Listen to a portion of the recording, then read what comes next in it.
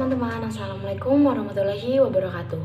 Jika ada pepatah yang bilang, jika tak kenal maka tak sayang, maka perkenalkan, nama saya Almeida Cikal Sustewati. Saya merupakan seorang mahasiswa jurusan Teknik Industri, Fakultas Teknologi Industri, Universitas Islam Indonesia.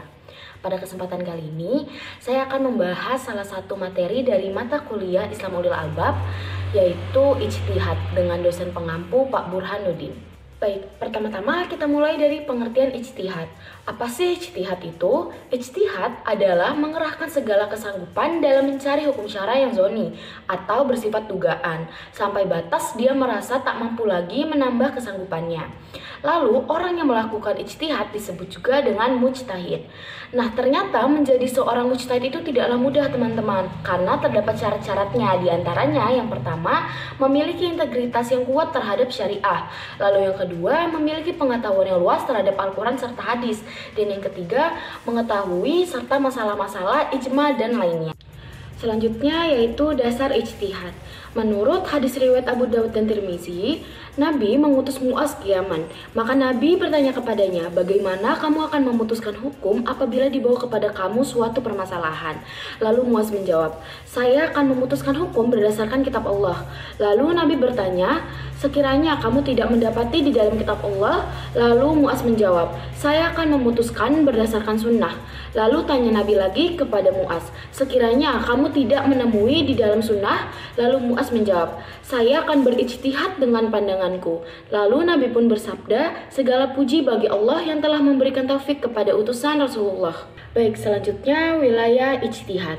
Ijtihad hanya bisa dilakukan dalam wilayah atau masalah tertentu doang nih teman-teman. Yang pertama yaitu hukum syara yang berbentuk perbuatan fisik atau furu atau cabang. Yang kedua yaitu ijtihad hanya bisa dilakukan dalam wilayah ukubah atau sistem sanksi.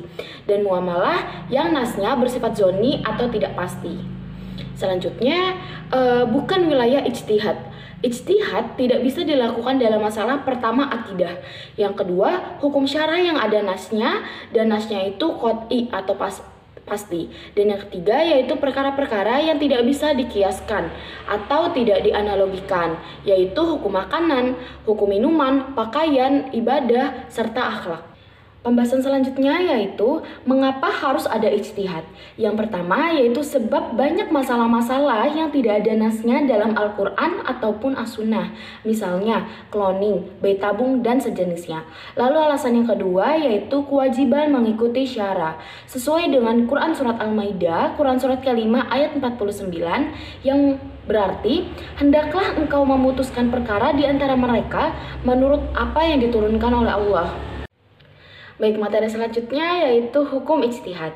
Hukum ijtihad sendiri adalah fardu yang berarti wajib, tetapi bukan fardu ain melainkan fardu kifayah yang berarti akan gugur apabila telah dilaksanakan oleh muslim yang lain.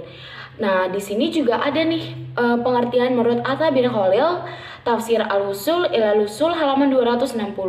Artinya, jika sudah ada sebagian kaum muslimin yang telah melaksanakannya atau ijtihad, maka gugurlah kewajiban sebagian yang lainnya. Baik, mungkin cukup sekian materi mengenai ijtihad.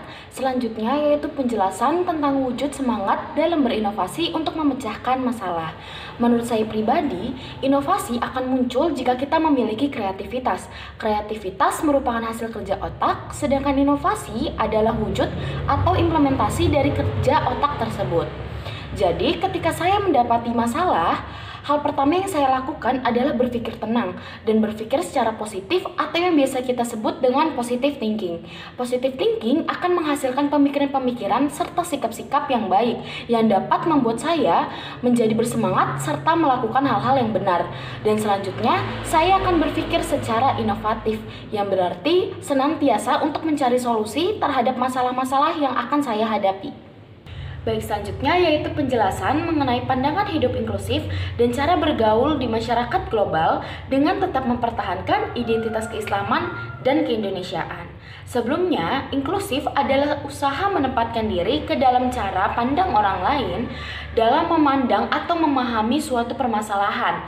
Cara saya sendiri untuk mempertahankan identitas keislaman adalah dengan cara melaksanakan kewajiban saya sebagai seorang muslimah, yaitu mengenakan hijab dan sholat 5 waktu. Dan yang terpenting lagi adalah untuk mengajak teman-teman saya menjadi makhluk yang taat beribadah kepada Allah Subhanahu wa Ta'ala.